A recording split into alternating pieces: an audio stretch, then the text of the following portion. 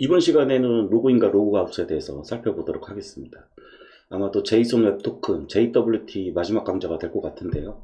우선 제가 이제 작성한 것을 테스트부터 한번 해보도록 하겠습니다. 어떤 식으로 테스트를 할 거냐면은 처음에 이제 접속하면은 로그인 페이지가 나타나고 로그인이 안 된 상태에서는 로그인 페이지가 나타나야 되겠죠. 네, 그런 다음에 이제 로그인 후에는 메인 화면으로 자동적으로 이동을 하게 됩니다. 그리고 나서 이제 여기서 제가 좀 이제 힘들었던 부분인데 UI에 대한 경험이 별로 그렇게 많지 않다 보니까 브라우저를 새로 띄우고 주소창에다가 이제 URL을 입력했으면 지금 로그인된 상태니까 로그인 페이지로 가야 되겠죠. 로그인 페이지로 가면 안 되고 메인 페이지로 이동을 해야 되겠죠. 이 부분에서 조금 제가 막혔는데 가만히 생각을 해보니까 해결점이 나오긴 했습니다. 그리고 나서 이제 원래 창에서 로그아웃을 하고 그 다음에 로그인 페이지로 로그아웃을 하면은 로그인 페이지로 이동이 되게 됩니다.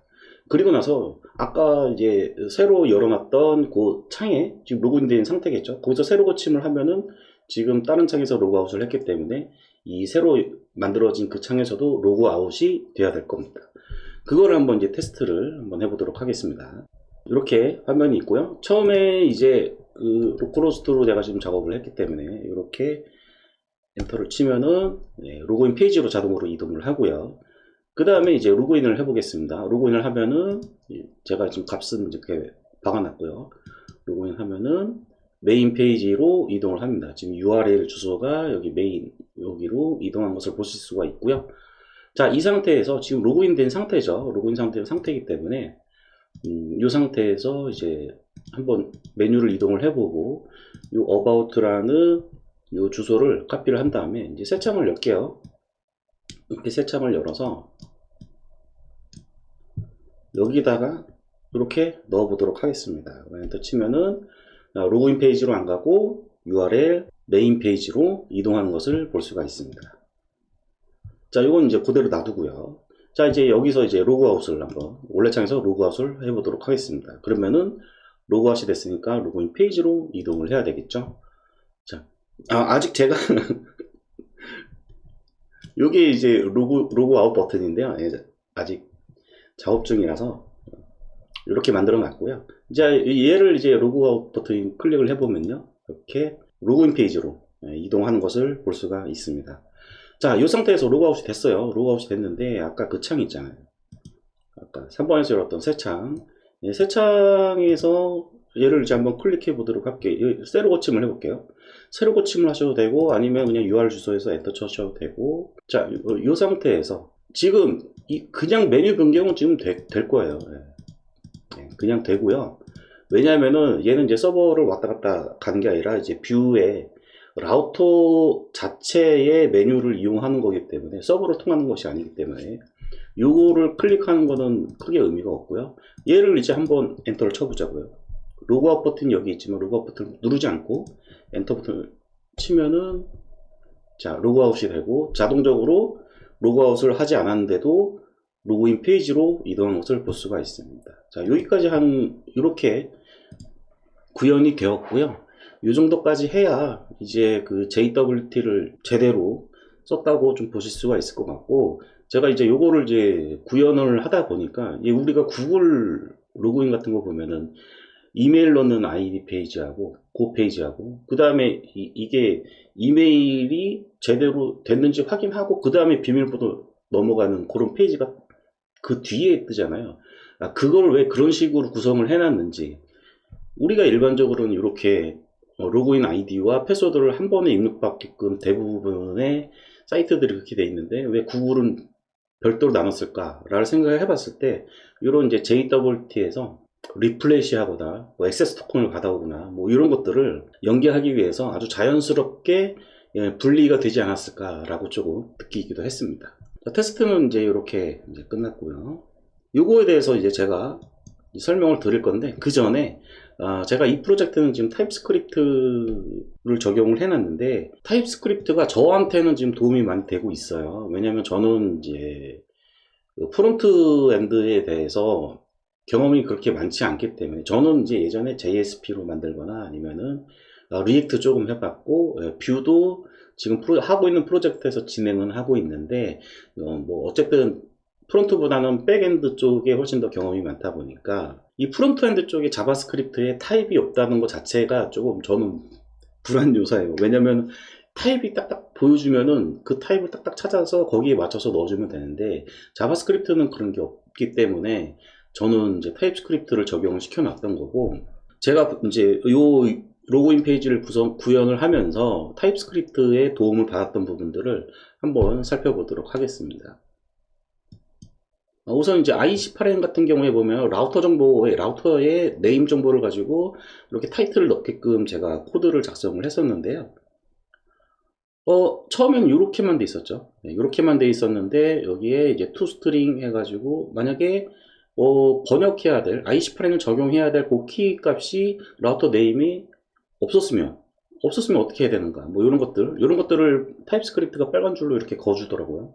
그래서 한 번 더 좀 생각해주는, 코드를 한 번 더 생각하게 해주게끔 하는 그런 효과가 있었고요. 그 다음에 이 라우터로 쓰다 보면 이제 before each라고 해가지고 내비게이션 가드라고 용어를 그렇게 부릅니다. 이 내비게이션 가드를 썼을 때 그 예전에는 라우터에서 라우터.푸시 푸시 해가지고 이제 경로를 이동하는 그런 식의 코드를 썼는데, before each에 넥스트가 있단 말이죠.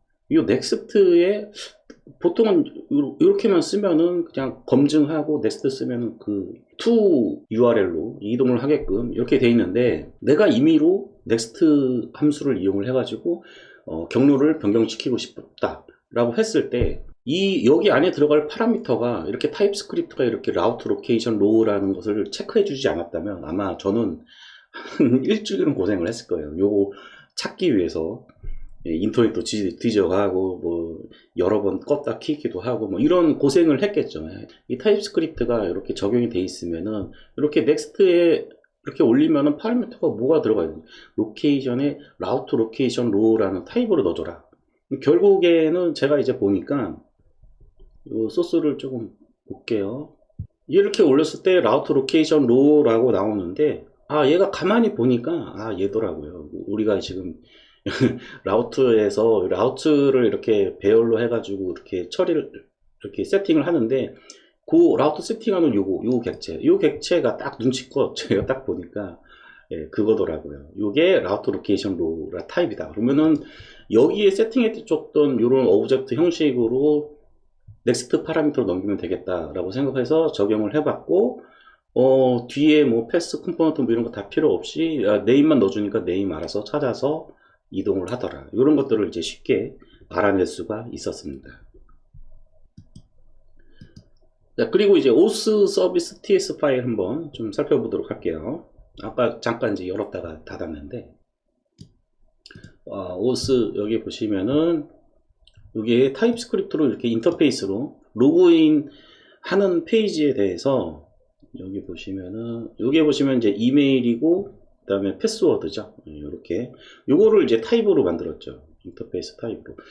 어떤 프론트엔드 개발자분들은 이제 이런 것 때문에 귀찮아서 타입스크립트 적용하기 싫다 뭐 이런 분들도 계신데, 그런 부분들은 자바스크립트를 너무 잘하시기 때문에 이런 걸 선언할 필요가 없는 거죠. 항상 이제 코딩하실 때 머릿속에 다 들어와 있고 뭐 이러는데, 저 같은 경우에는 좀 이제 다르거든요. 저 같은 경우에는 이런 부분들을 이제 타입을 이렇게 정해 놓으면은 여기 보시면은 로그인 할 때 이렇게 파라미터를 받는데 로그인 유저라는 타입으로 받겠다 이렇게 해놓은 거죠. 로그인 페이지를 한번 볼게요.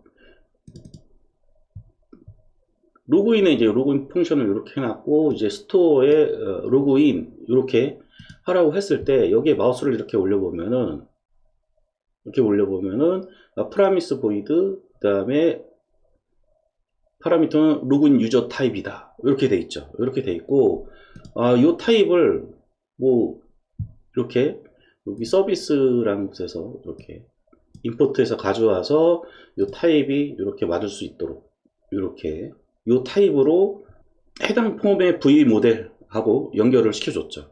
이런 부분들이 이제 소스가 이제 파일 단위로 이렇게 여러 군데 나눠지다 보면은 그 뭐 아주 간단한 케이스라면 머릿속에 다 들어올 수 있지만 이제 많은 수의 이제 데이터 타입들을 컨트롤 하다 보면은 이 까먹거든요. 까먹고 실수해서 빼먹고 뭐 프로퍼티 하나 빼먹고 뭐 이런 것들이 있는데 이런 부분에 있어서 저는 지금 현재는 타입스크립트에 대한 도움을 많이 받고 있습니다.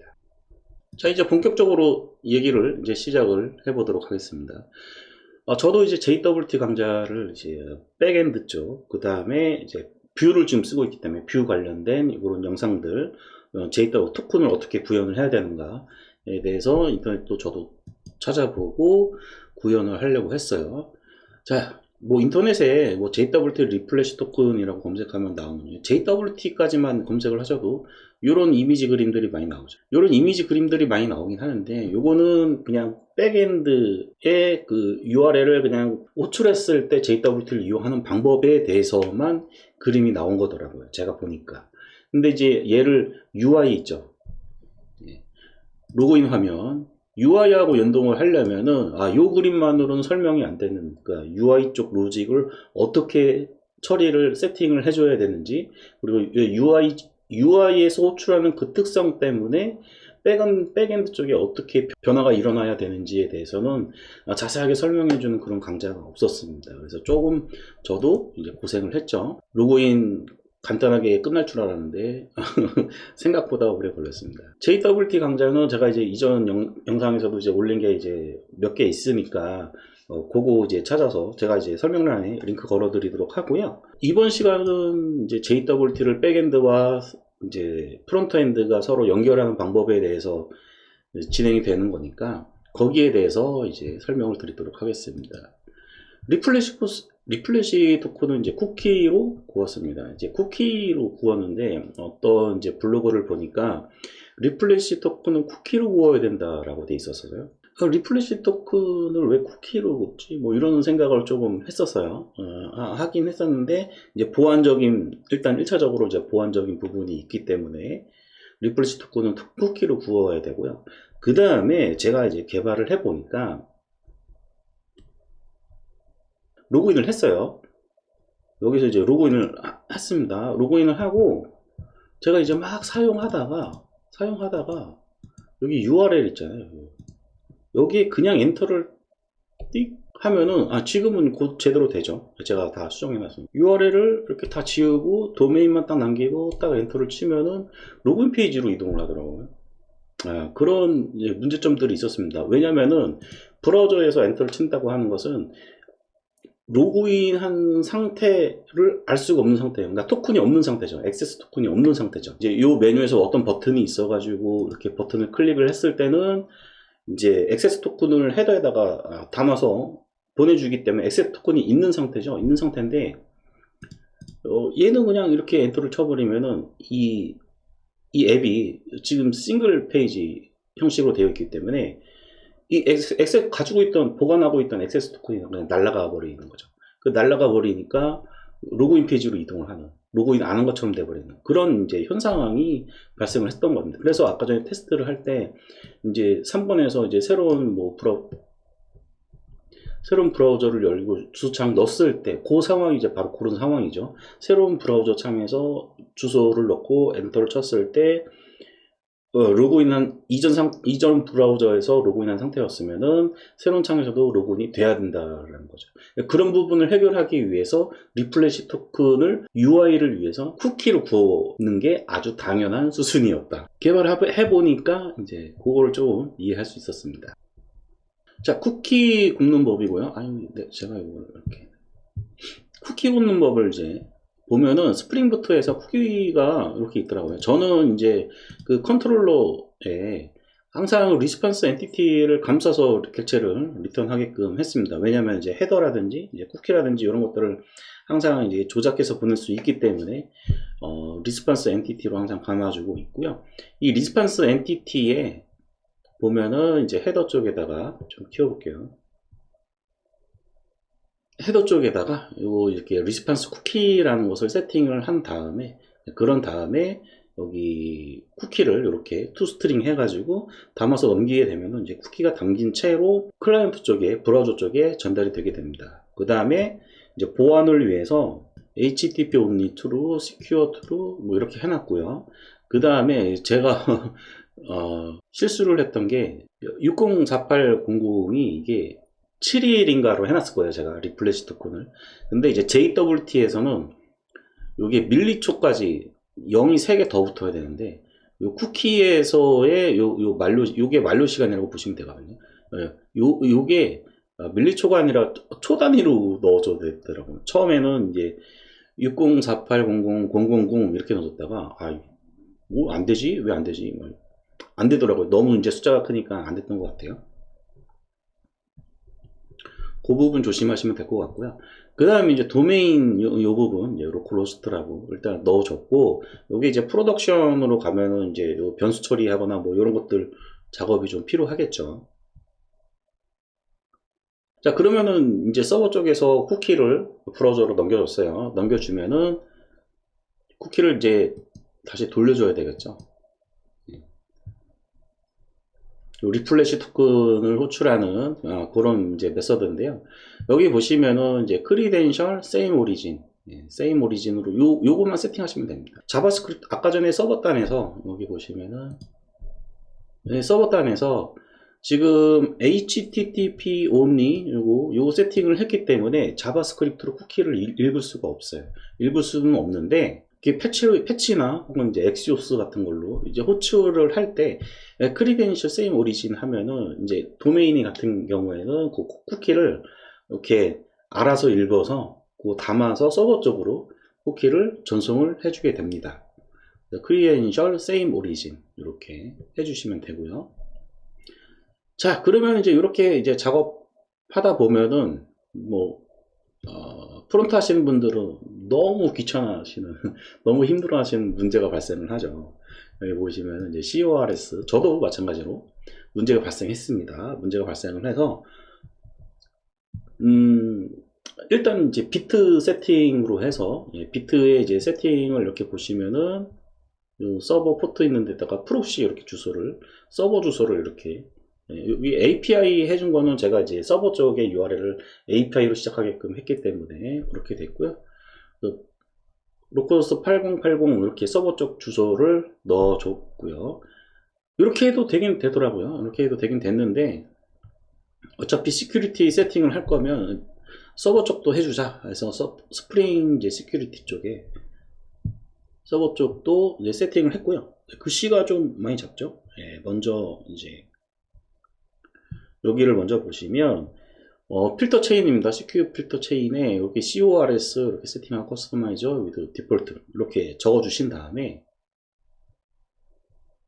빈을 하나 등록을 해주시면 됩니다. CORS configuration source 이 빈을 하나 이런 식으로 적어 주시면 됩니다.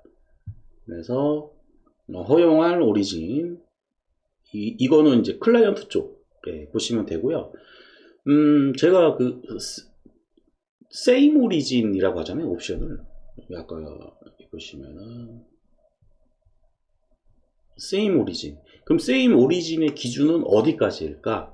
일단은 HTTP냐 HTTPS냐 이거는 세임 오리진이 아닙니다. 다른 거예요. 다른 거고, 두 번째로 도메인은 무조건 같아야 되겠죠. 도메인은 무조건 같고, 우리가 이제 개발하다 보면 도메인 뒤에 포트가 붙잖아요.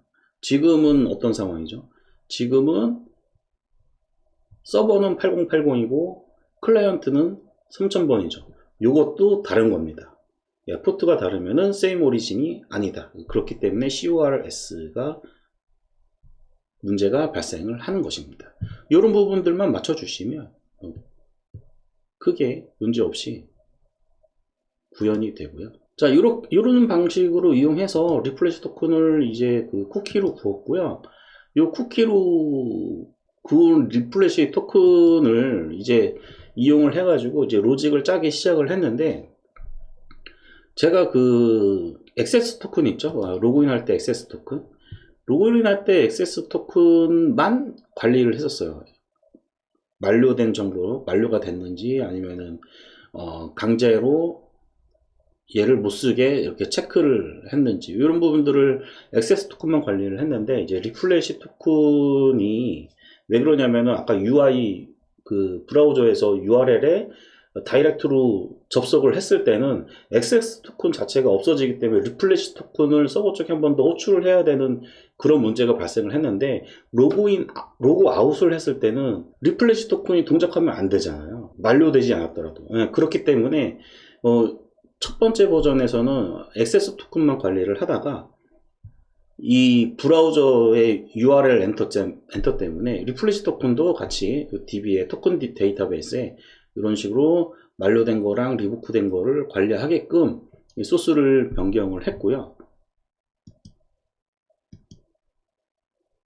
로그 아웃을 하면은 해당 사용자의 모든 토큰, 그러니까 액세스 토큰이랑 그 다음에 리프레시 토큰 두 개 다 리부크 처리를 했습니다.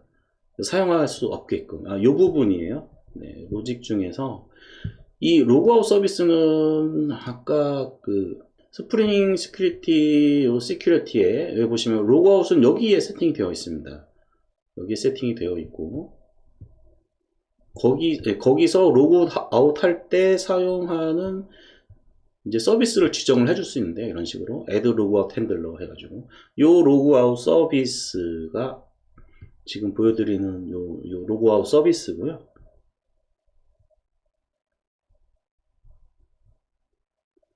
로그아웃을 할 때 일단 토큰 체크를 해야 되겠죠. 예, 토큰 체크 해가지고